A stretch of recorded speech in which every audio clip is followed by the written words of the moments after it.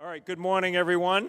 Welcome back to day 2 of the Tbilisi International Conference, Defeating Putinism. I'm David Kramer, the Executive Director of the Bush Institute, and want to welcome all of you back today. Before we start this opening panel for day 2 on reflections on August 2008 invasion, let me just say what I mentioned last night or yesterday afternoon about the panel. We did invite representatives from the government and Georgian Dream. They declined the invitation, and we wanted to make sure that others had an opportunity as well, and they have accepted. They're up here on the panel, and so we're very glad that they are. Moderating our discussion is Thornike Gordadze from the Paris Institute of Political Studies. And Thornike, over to you. Thank you. Thank you. Hello. You noticed that there is a scene now, and I think the advantage of this panel is that it will slowly lead to dancing at the end. But the topic is very serious. We're going to talk about 2008 and its consequences, the lessons taken from 2008. I can anticipate it and say that the Russians took better lessons from 2008 of Western weakness than the West. Otherwise, we would have, there would be no wars in Ukraine, in Syria, etc. So 2008 was the first Russian military aggression outside of Russia's borders since the war in Afghanistan. Then it became a symbol of Russia's new aggressive policy, coming back to normal Russia, let's say, to Russia of the Soviet Union, of the Russian Empire, and it also became a symbol of Western weakness and the bad consequences of the appeasement policies. So here we have people who had different positions in 2008. Most of them are Georgian, but we also have Dan Fried, who was then Assistant Secretary of State for Europe and Eurasia.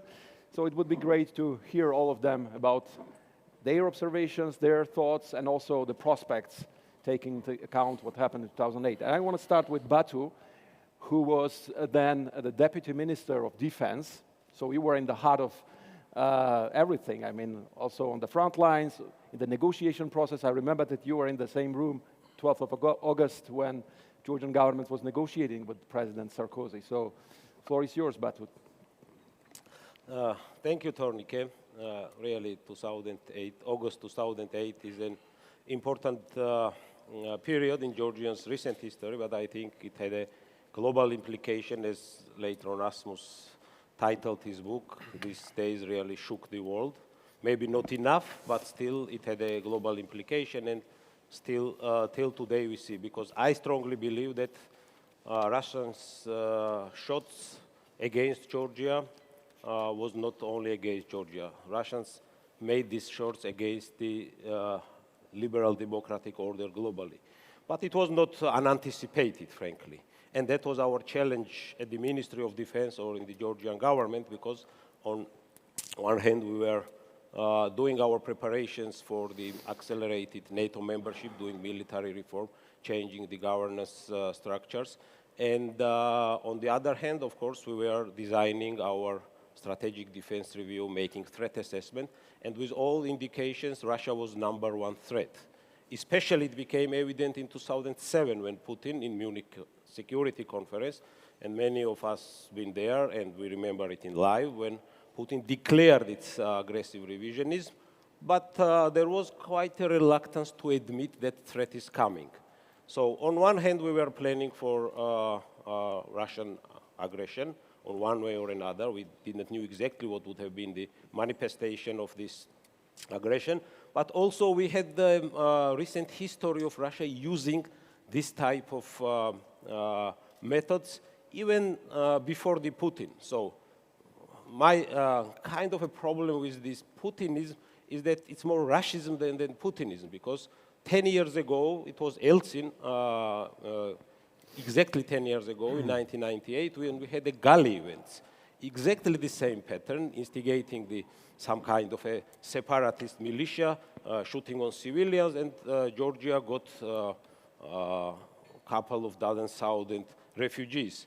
Well, at that time, Georgian government and Georgia as a state was so weak they could not reciprocate, neither militarily, even nor politically, and it started erosion of Georgia state further, though it was already not a good track internally and statecraft-wise. So the same challenge was on 2008 when Russians invaded, and we had two options: either wait and see how they would expel Georgians and do ethnic cleansing, and then, of course, it would have political consequences for the future of the nation, or respond militarily. So the biggest question that we were discussing when Sarkozy came, besides that immediate ceasefire was necessary, of course, was that it's not only to end the war, but how to organize the peace. And Sarkozy's vision at that time, and nowadays, even recent his statement clearly showed that his philosophy or his understanding of Russia was rather flawed or ill-advised. So organizing the peace in terms of how Sarkozy view as a mediator had a big flaws in it. And that was the main point of discussion, because we had a good experience, not so good experience with Russians when you sign deal with them. They do not follow it. We've seen how during Yeltsin period we signed Russian military-based withdrawal from Georgia. It's a half-page document. Dan remembers it very well. It was a long time of negotiations, and then how Russians dragged the feet of not implementing it or even violating it. Therefore, we were seeing that further conflicts were coming. So it was not about temporarily peace with the Sarkozy agreement, and that was the debate of how the future of these occupied territories will be decided, Georgia's territorial integrity questioned by Russia, because it was part of Russia's revision, which now we see what they are doing in Ukraine after annexation of Crimea and then waging full-fledged war. And Giga yesterday was saying that it's important to use our brains, how to construct the future peace. But also I think it's important to use our ears, because a lot of Eastern European leaders at that time, we as well, were saying that this war is coming, and Russia's brutal aggression is not only about Georgia, it's exactly what President Biden in his inaugural speech said. It's democracy and free world versus authoritarianism. And that was not heard. We were getting a lot of advices, including Sarkozy, like preaching and saying that, yeah, Russia is the Russia, so we have to accommodate, and Russia is a big player, nuclear player. But I think that type of prism of developing policies toward Georgia through Russian prism, not only Georgia, even Ukraine, was, I think, biggest mistake. And I, as a witness of these negotiations, saw in that big context that it was clear manifestation that Georgia is a small country, you guys tried your democracy, be quiet, at least there will be no war, and then we will deal with the big player. And that then resonated further last 15 years, and we see all other consequences that has been developed by Russia because unjust peace was imposed on Georgia at that time. Thank you, Batu. Now I will turn to Giga. You were Deputy Minister of Foreign Affairs then, but you were a little bit more than that, we all know. It's interesting to hear what you think about 2008. 2008 is not only these 5 days of war, we agree. 2008 started with Kosovo, then the threats from Russia that they will reciprocate, then was Bucharest, then was all this march to the war. So, and after the war was this attempt from the Europeans, from the West in general, to understand what it was, and this, let me say, infamous Tagliavini report that was an attempt to save face, and when you cannot help and when you cannot defend your values, you accuse the victim for provoking the war, more or less. The report is not saying that, but it's a kind of avoidance of responsibilities, saying lots of ambiguous things about this war. So, Giga, your take on that. Well, thank you so much, and I want to use the chance and thank the organizers of this event for keeping Georgia in the discussion on international arena. This is crucial for us, so I'm extremely grateful for this event continuing in Georgia and having people like Mr. Fried here with us. Now, before I go to Tagliavini report, which I think was just a result, not the cause of the problem, I want to take an issue and agree with Batu, because you said, which is a conventional stereotype, that 2008 was the first Russian engagement after Afghanistan outside its territory, the first officially declared one, because we had a first aggression against Georgia at the beginning of 90s, 1992, 1993, the war in Abkhazia, a genocide and ethnic cleansing of ethnic Georgians, before Putin, during a Democrat Yeltsin. And mind you, what is important in current context of debate, at the moment when there was no discussion of NATO enlargement, no EU enlargement, nothing like that. That's an important issue because even now, after the recent invasion of Ukraine, we still hear the voices who say that maybe NATO enlargement was the cause. Well, in a disastrous manner, our own prime minister suggested that in recent weeks. So it's very important, both for moral and pragmatic reasons, to remind everybody and ourselves that in the 90s, democratic Russia, with West's darling Yeltsin, attacked Georgia in a brutal way, and I would use the opportunity and ask all of the guests to take a couple of minutes, 20 meters from here in Stamba. There's an exposition by Liberty Institute demonstrating the brutalities of Russian government, not separatist, Russian government, Russian official military units with identified individuals against Georgians. So it brings me to your question. It's crucial to say that the problem that Georgia, Ukraine, and the rest are facing with Russia is not about NATO enlargement, not about perceived threat from the West. This is all totally flawed premise.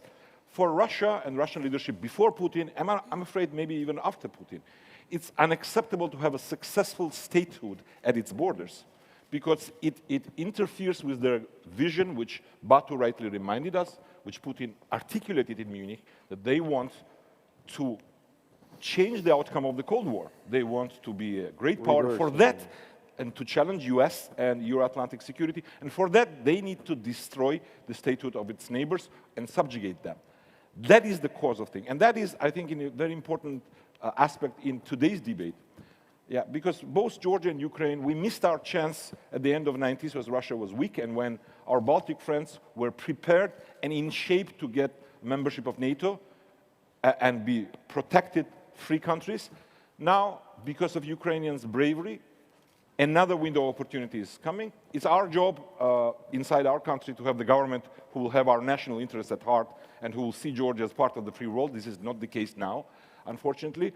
But it's also very important that there is a strong vision. It's not just a problem of ongoing military action in Ukraine. NATO enlargement, Ukraine, Moldova, Georgia, members of NATO, Russia surrounded by a circle of protected liberal democracies is not just a democratic issue of democracy, it's a geopolitical strategic issue of defending the free world from aggression from Russia and other totalitarian players. So in a tragic circumstances, but this is an opportunity to once and for all destroy the appetite for current or future Russian leadership for adventurism towards the West, and to destroy any future alliance of Russia with another very big, dangerous country which is threatening the free world. So remembering 2008 and 90s, the conclusion should be that the only slogan that we must use now is Europe whole and free and at peace. And there'll be no Europe whole and free and at peace unless Georgia, Ukraine, Moldova, this whole region is becoming full-fledged member of NATO. And again, I'm not putting the responsibility on our future, our friends' shoulders. It's our job to do the things inside Georgia in next elections. But the world should be prepared that when Georgia is ready and when Ukraine advances militarily to the point that they have set for themselves, both of these countries and Moldova should become members of NATO. That is a conclusion that we should make now. Thank you, Giga. Thank you very much. Now I turn to Ambassador Dan Fried. Yesterday, Giga Beremidze said he praised the role of the United States during these 5 days of war and the fact that there was a clear statement from the President of the United States then. So what is your, not only your memories, but also your analysis of what happened, and how would you evaluate the US policies before and after August 2008? We sort of knew the war was coming. And by sort of knew, I mean that some of us, myself, Matt Bryza, knew that Putin wanted a fight. He was spoiling for a fight. That's what John Byerly, who was the US ambassador to Moscow, put it to me in early 2008. Putin was spoiling for a fight. But the larger, how can I put this delicately, the larger analytic community in the US government didn't believe it, they didn't see it. So Condi Rice, Secretary of State, was in the awkward position of having two of her senior people saying, Putin wants a war with Georgia, and he will provoke until he gets it. And you had a lot of other people in the US government saying, no, no, no, that's just Georgian alarmism, or, you know, with a bit of a subtext of those hardliners, like myself. Condi Rice was concerned enough in July of 2008 that she came out to Tbilisi to talk to Saakashvili, to say, among other things, that there was no Georgian military option and that they couldn't give in to provocations. She was right about that, but we were slow to intensify our diplomatic efforts to head it off. We weren't very slow, but we were more slow than need required. When the war came, we responded well. Someone yesterday remarked that it was a big and important decision that the US flew the Georgian troops from the 1st Brigade back from Iraq to Tbilisi. The Russians warned us that they couldn't guarantee the safety if they flew into the Tbilisi airport. In other words, they were threatening us, and the US Joint Chiefs of Staff went back to the Russians and said, well, we're flying in anyway. We were serious. We did okay backing the Georgians and preventing them from being overrun. The Georgians, however, get the credit for preventing themselves from being overrun because the Georgian army was beaten but not destroyed. They were ready to fight for Tbilisi, and Putin wasn't ready to go into Tbilisi and have street fighting. But look, this is tactics. We didn't draw the full conclusions as a country. Let's face it. Now, Condi Rice gave a very good speech in the fall of 2008 at the German Marshall Fund, which is worth reading because she says basically, we tried to work with Putin, we failed.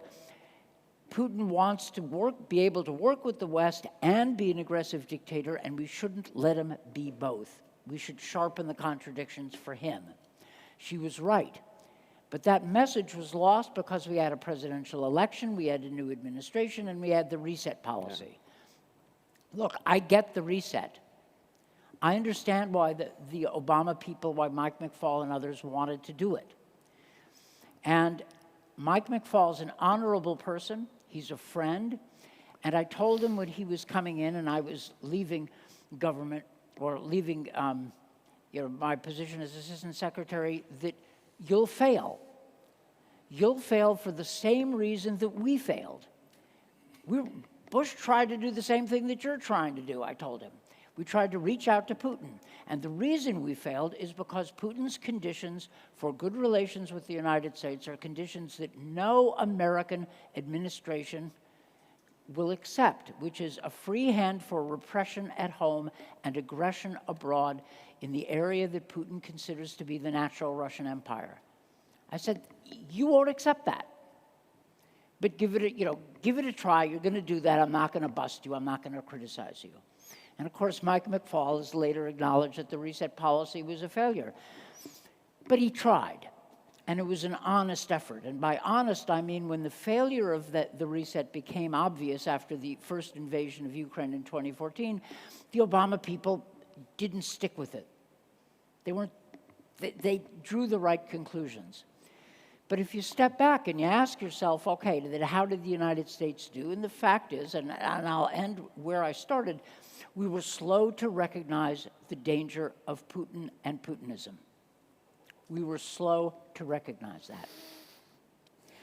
And I understand why we had our reasons, but the Georgians, the Poles, the Balts were right, okay?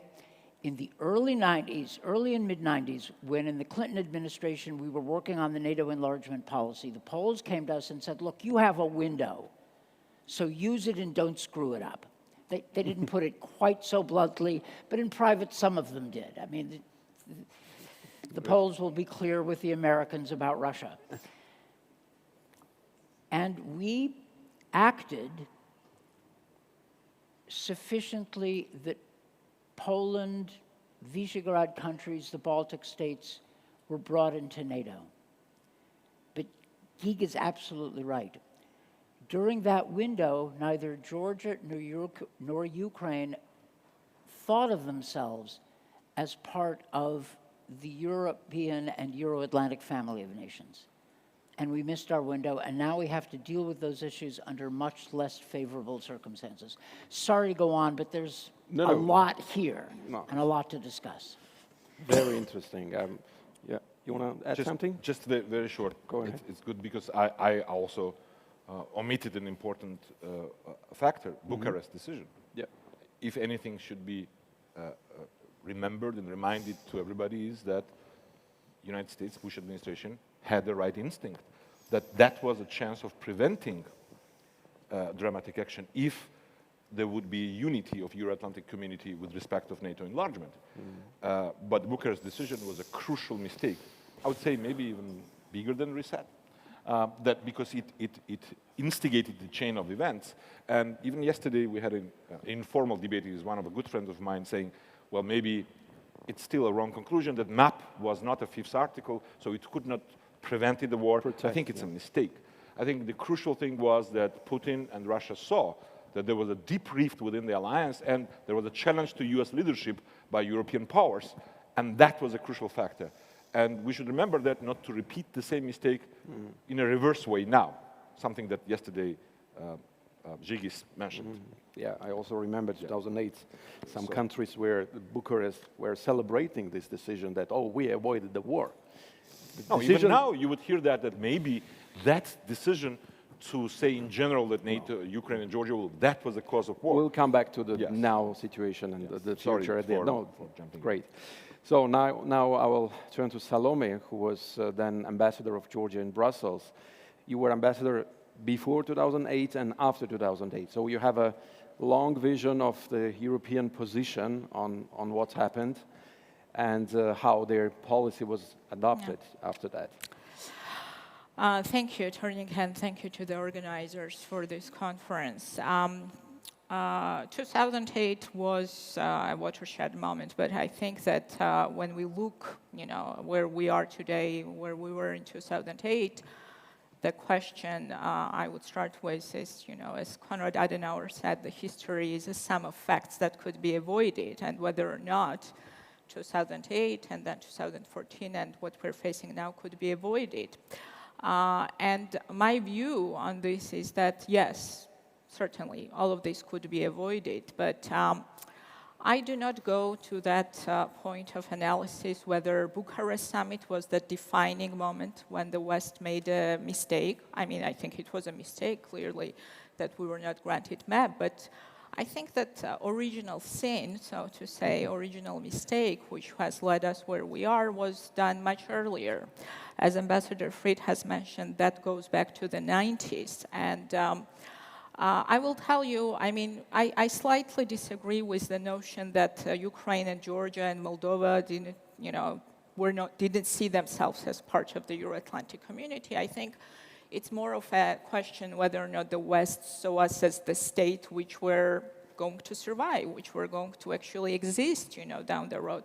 I mean, it's clear that the Russians perceived Georgian and Ukrainian Moldovan independence as temporary nuance, temporary fact that they would change when they had a chance.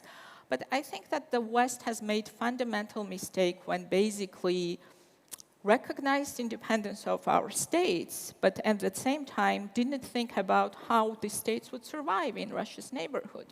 You know, recently I came across very interesting piece of history.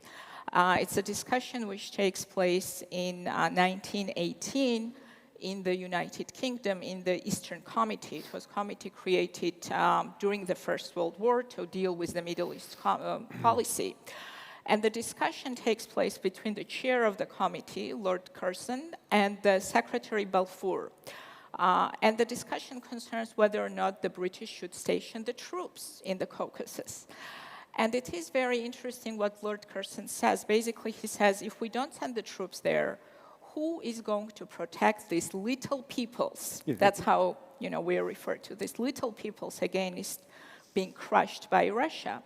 And Secretary Balfour was against sending the troops. So he says, why should I care? If Russia is going to crush them, let them. Why should we send anyone to protect these people against Russia? And I love the response of Lord Curzon, which was very modern, you know, for the time, and especially for the Brit, who basically said, I don't want to enable them, I don't want them to help to fight against anyone. I want to enable them to stand on their own feet, you know. And I think this is how NATO and the EU membership should have been viewed from the very beginning, and when Russia was weak. And the truth is that the Cold War did not end with the, you know, any signed agreements.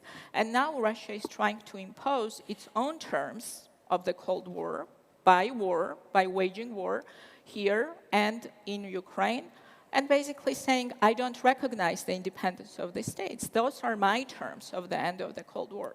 So, you know, I think that the global implications of the war that we are facing now in Ukraine are huge. But to go back to 2008, in a sense, what I'm saying, 2008 was maybe, you know, difficult moment already for the West to push. But certainly, it was a missed opportunity post-war.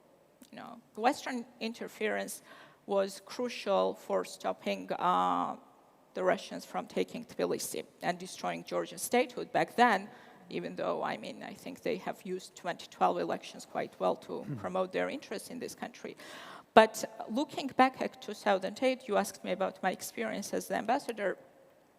From 2005 to 2008, I have basically lobbied the European Union, that was the policy of the government, to get involved, you know, to get involved in the situation which was deteriorating.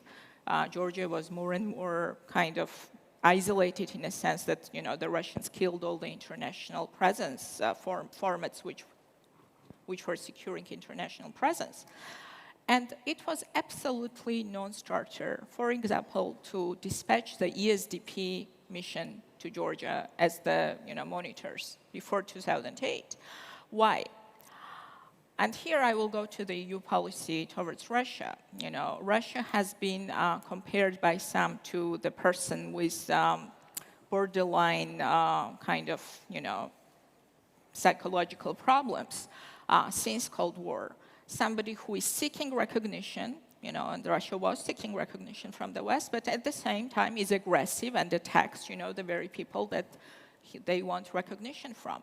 And what's a good strategy for dealing with such personalities, whether it's a person or a country, is to show firmness, to show the unity.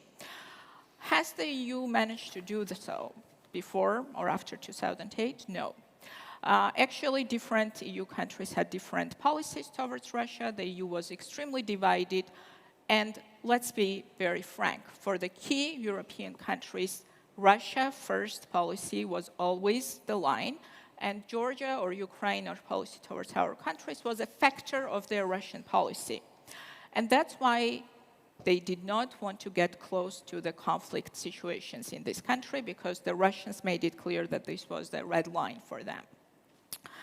I don't know. I mean, you know, as Pascal has said, you know, if Cleopatra's nose was shorter, maybe the face of the world would be different. I mean, it's difficult to judge how the history would work out if things happen differently. I don't know if 2008 war could be prevented if we had ESDP mission, if we had greater EU involvement.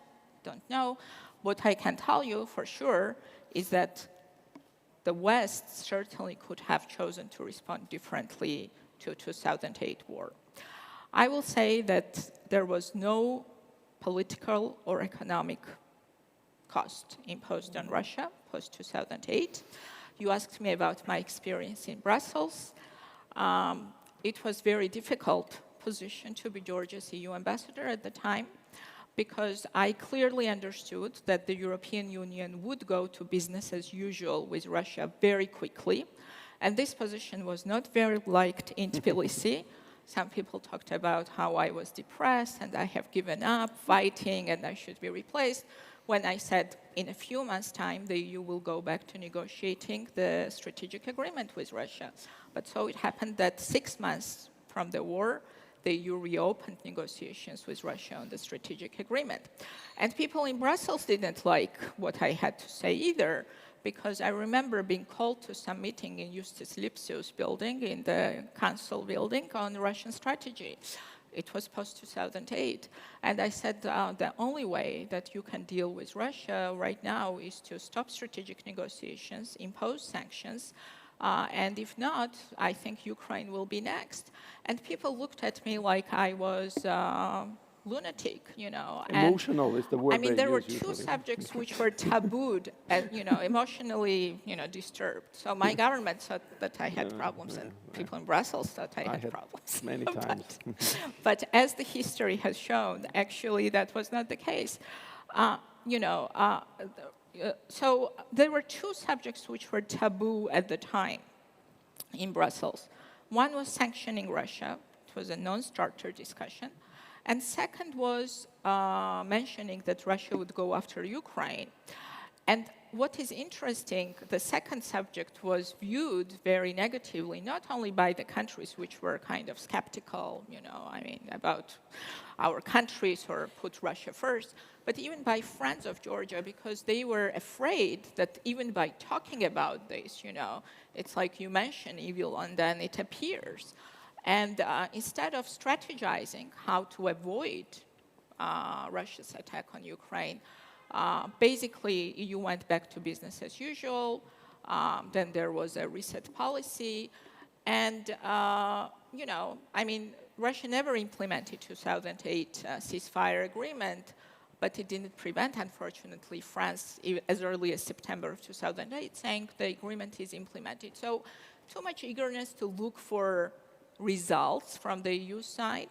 I think Russia first, empowering Russia, giving Russia feeling that it is an indispensable partner for the EU, for energy, for Iran, for Syria, for other global issues. That empowered Russia, I think.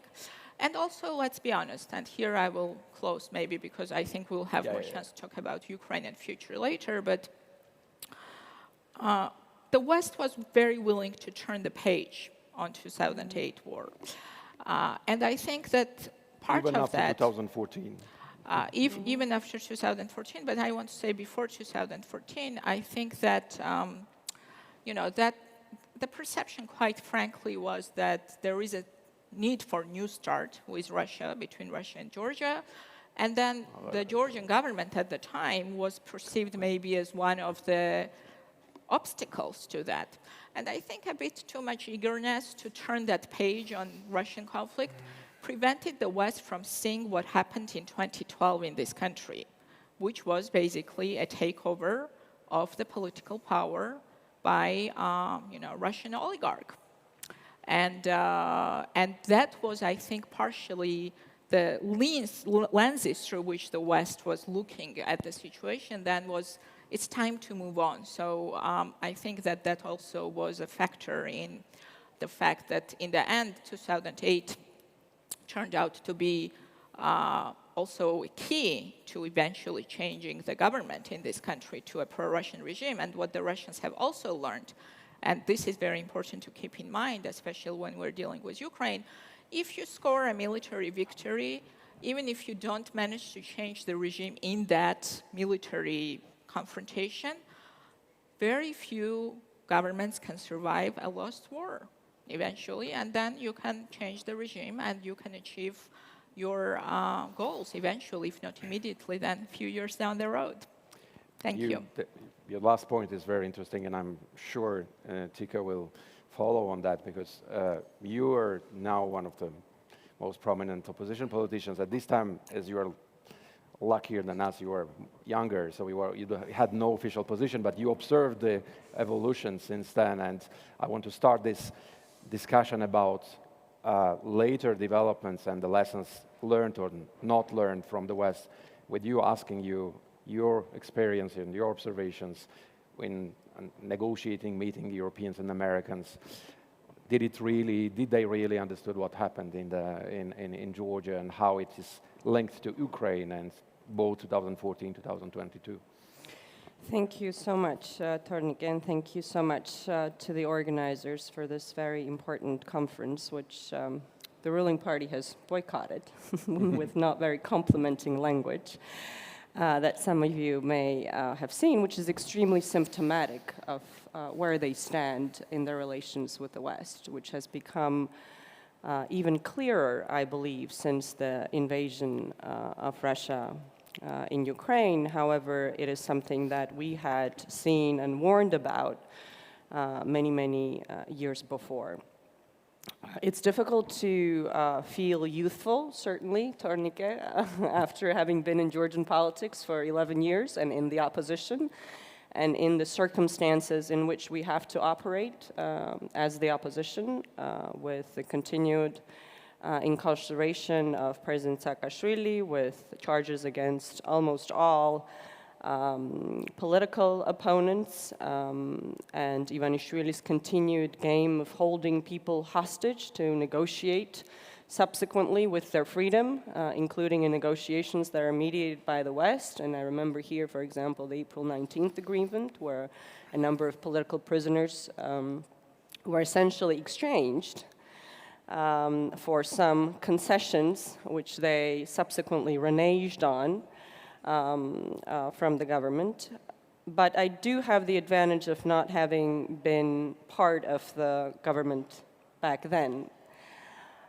But I believe that regardless of the prism with which you're looking at Western policy and Putinism and the current situation, whether you were part of the American government or the Georgian government, I think what we have all agreed on and what has resonated throughout the speakers that we've heard today is that the West really was slow to learn on its mistakes in regards to its positioning after the 2008 war.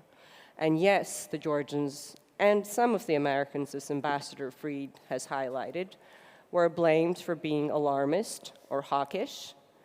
But the truth is that had the West reacted decisively in 2008, we certainly wouldn't be where we are today.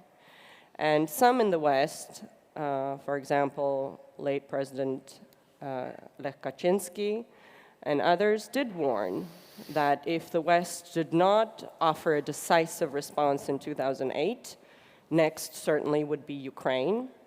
So Salome, in that regard, you were not alone in Brussels, but I do agree with you, certainly, that that was a view that was held by a minority and not a majority, unfortunately. I was alone, because nobody was talking about that in Brussels at the time. No. Perhaps not the ambassadors, but certainly, President Kaczynski, President Saakashvili, and others, although a minority, were warning that yes, next would be Ukraine, and next would be Poland, and next would be Moldova, and still the same is true. The Leninist vision of how to deal with others, if you find mush, you push. And if you find steel, you withdraw. I think that is sort of the paradigm with which Putin continues to operate. But unfortunately, I believe it has not been recognized up until last year in February, when he launched a full-scale war in Ukraine, that it is still that Soviet paradigm that drives Putin's new imperialist agenda. And yes, we've seen an evolution, certainly, from mush to steel in terms of response in Western policy, but I think we still have a long ways to go in terms of solidifying the position of the West and an understanding that this geopolitical standoff, which is now manifested on Ukrainian territory, will not end until decisive action is taken on the part of the West. And that decisive action means eliminating any possibility of gray zones in our region. And that is something that Putin is looking for, to create permanent and long-term gray zones where red lines are not drawn, where you can destabilize countries, including through Putinist governments as the one that we have here today, where you can have half military solutions but use other instruments at your disposal, such as hybrid warfare, which he very successfully uses in our country.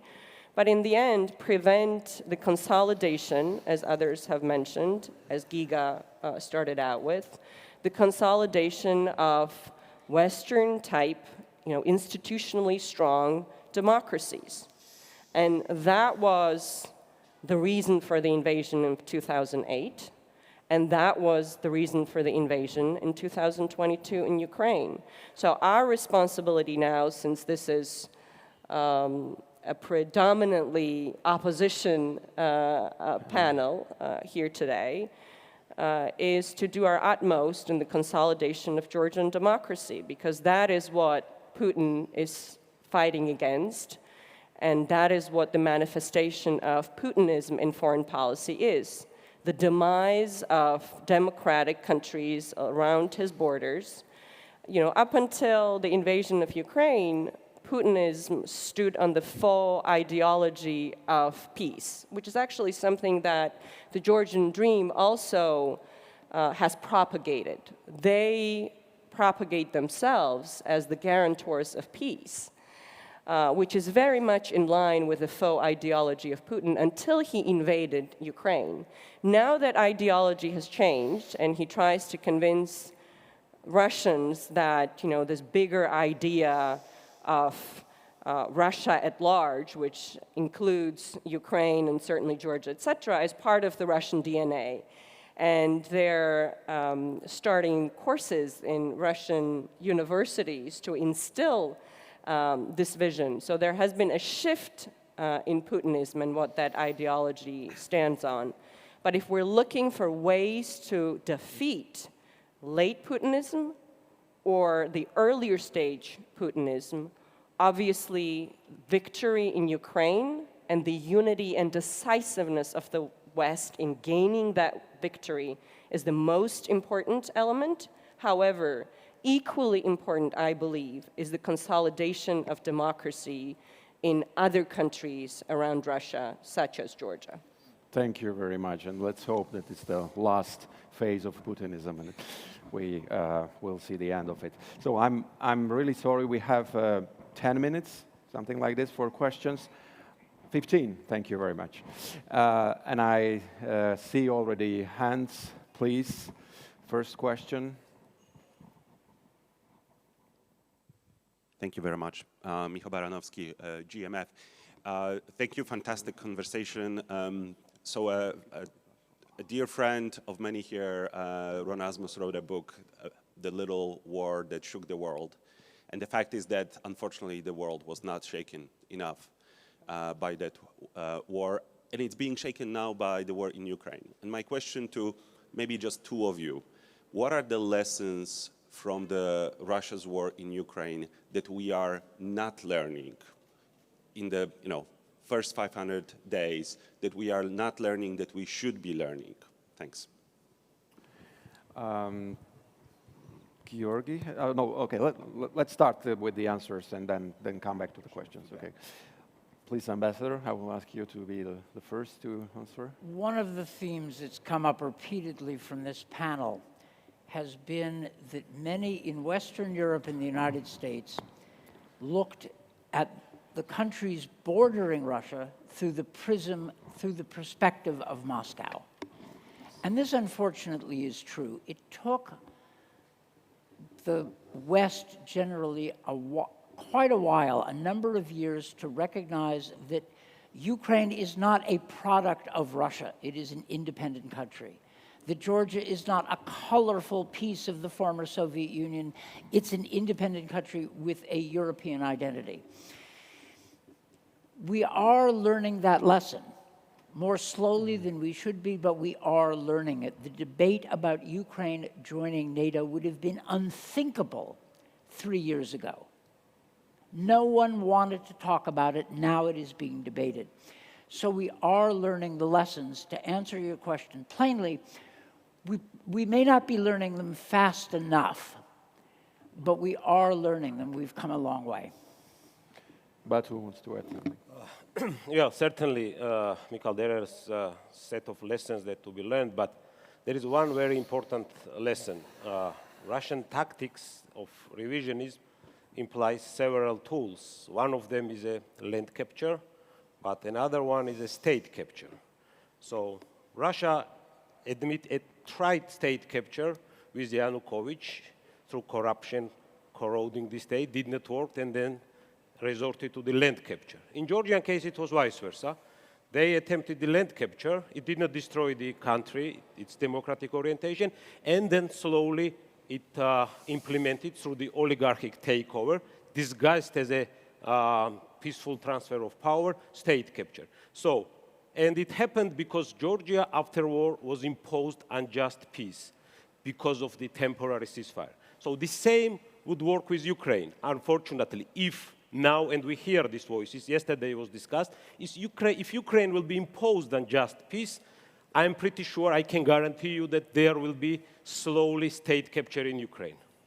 Salome? Yes, if I may very briefly to comment on this.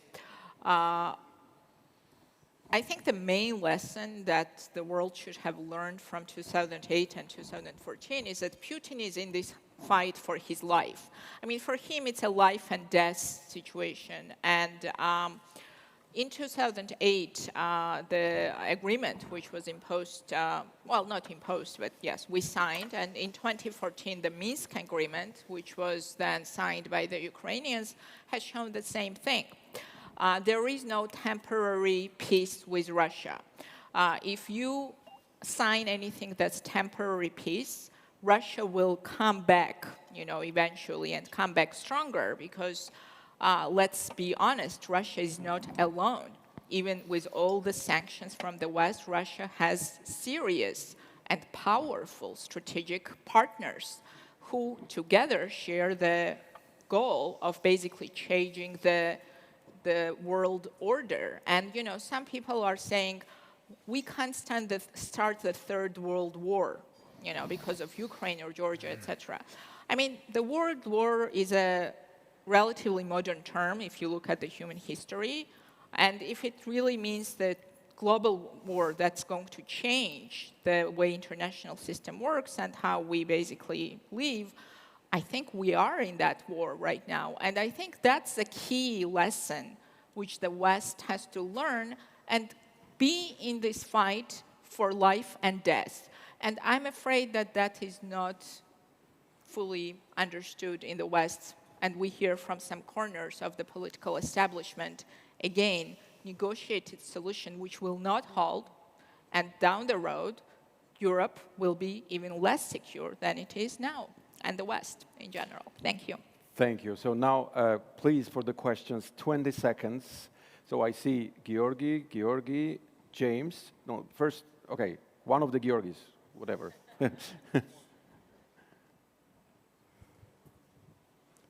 Georgi Baramidze. Very briefly, I don't have a question. I have a message from my friend and leader, President Saakashvili from captivity. He asks to send best regards and many thanks for the organizers and for McCain Institute, for President Bush and Bush Institute mentioning him. He appreciates greatly. And most importantly, as we speak about 2008 aggression, we have to say, and President wants to say now to all of you, our American friends, our European friends, that we never ever forget what we have done for saving Georgia.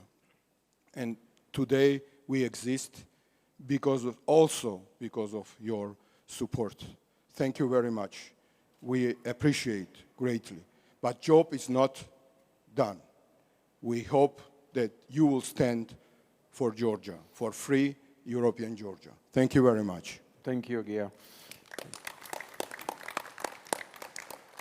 Thank you. I have a very quick question to Ambassador Fried, who was, of course, one of the key figures on the diplomatic scene back in 2008.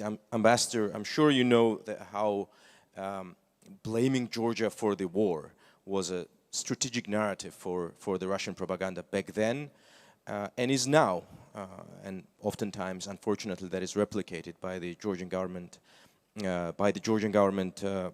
today. Today, the scaring Georgian voters with the war and pushing this conspiracy theory that there is a US-EU conspiracy to drag Georgia into war is also another strategic narrative.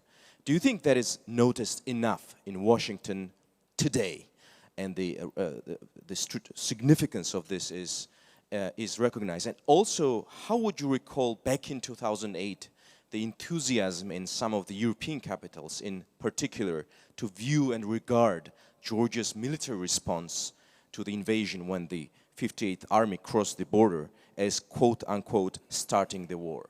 Thank you.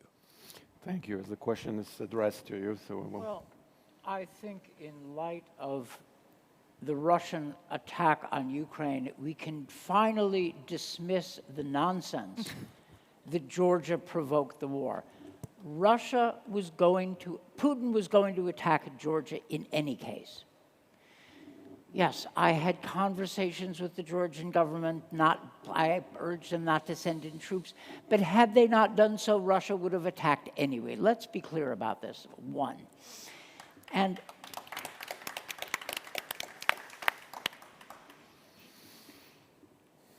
the Ukraine war demonstrates that Putin wants to reconquer the empire and will use force to do so. That's pretty simple.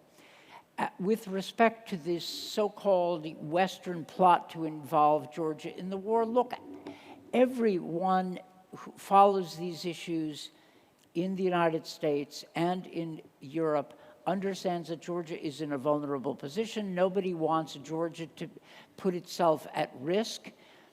We understand perfectly well that Georgia would want to not be, let's say, a major weapons supplier to Ukraine. Everybody understands this. So the idea that the West somehow wants to entangle Georgia in the war is complete and utter self-serving nonsense.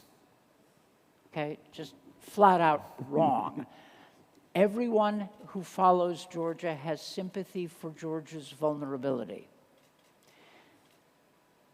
Strengthening, as has been said, I think rightly, strengthening Georgia's democracy and Georgia's institutions will strengthen Georgia's security, but that's another issue. thank you very much. So now I will collect 2 or 3 questions, and then there will be a general answer. So first James, then the gentleman, and I don't know your name. Okay, James, please. Thank you. Good morning.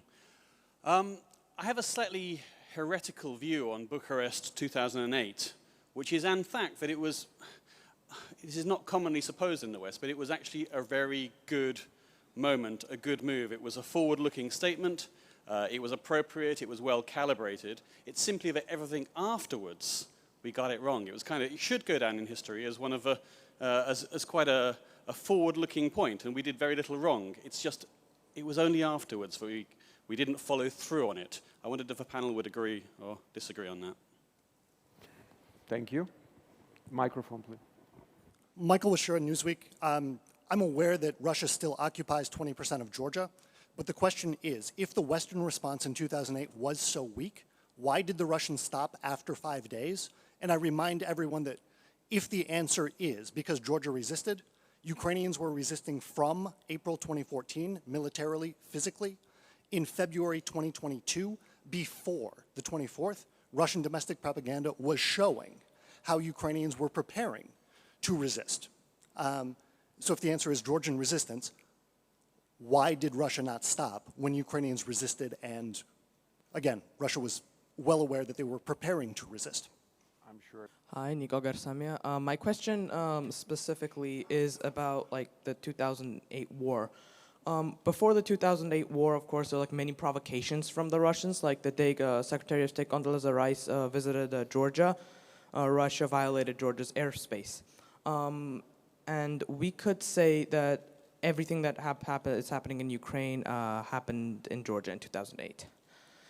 And we thought that we learned lessons, but we didn't. There was Crimea in 2014, and of course, Putin said that he would kill Saakashvili.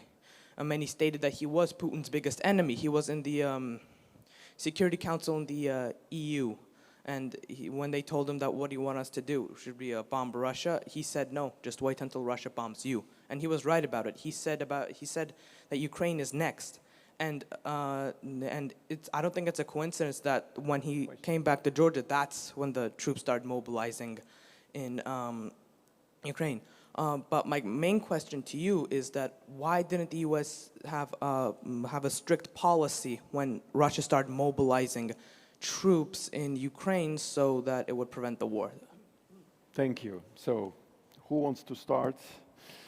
And which question? Batu. Well, sorry.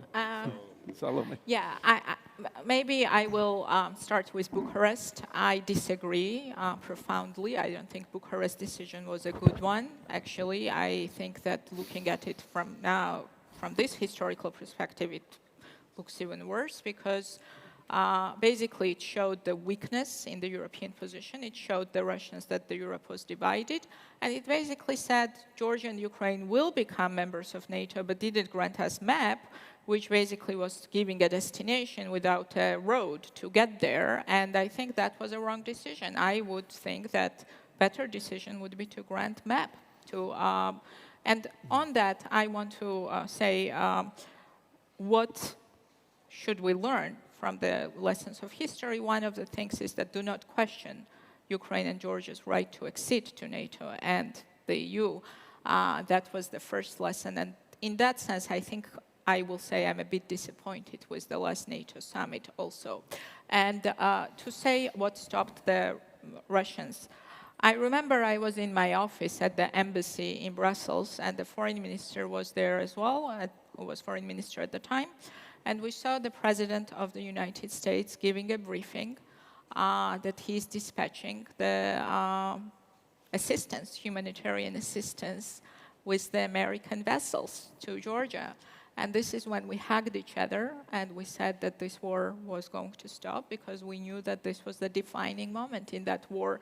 I think the response of the West, I didn't say that the response of the West was weak during the war. I think the major mistakes were made after 2008 war had been stopped. Thank you. Batu, then everyone basically, but start with Batu. Yes, on 2008, and especially what happened after the 2008. I'm pretty sure all of us watched this notorious video of Putin's national security meeting just before invading Ukraine in 2022. But I would like to remind you, there is one interesting moment here when Medvedev speaks up, though he's like a political clone, but he's parroting what was the main line of thinking in Russia since 2008. And he quoted Bulgakov's famous novel and said that in this novel, it's one of the characters says, actually, if you want to do something, never ask for anything. Just wait and they will offer you everything. So this happened exactly, and that was Russia's experience.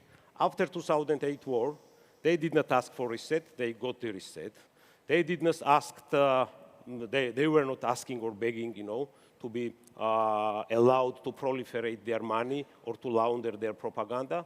They were offered it, and quite successfully, because what then mentioned this view through Russian prism. They were offered French military ships by President Sarkozy, who was supposed to be mediator between Georgia and France, but then offered the most newest model of assault military helicopter carriers to be deployed on the Black Sea. Luckily, this deal has been stopped. So that was the experience. I fully agree that after 2008 experience and still procrastinating the decisions, strategic decisions of admitting Ukraine and Georgia in NATO really led what happened afterwards.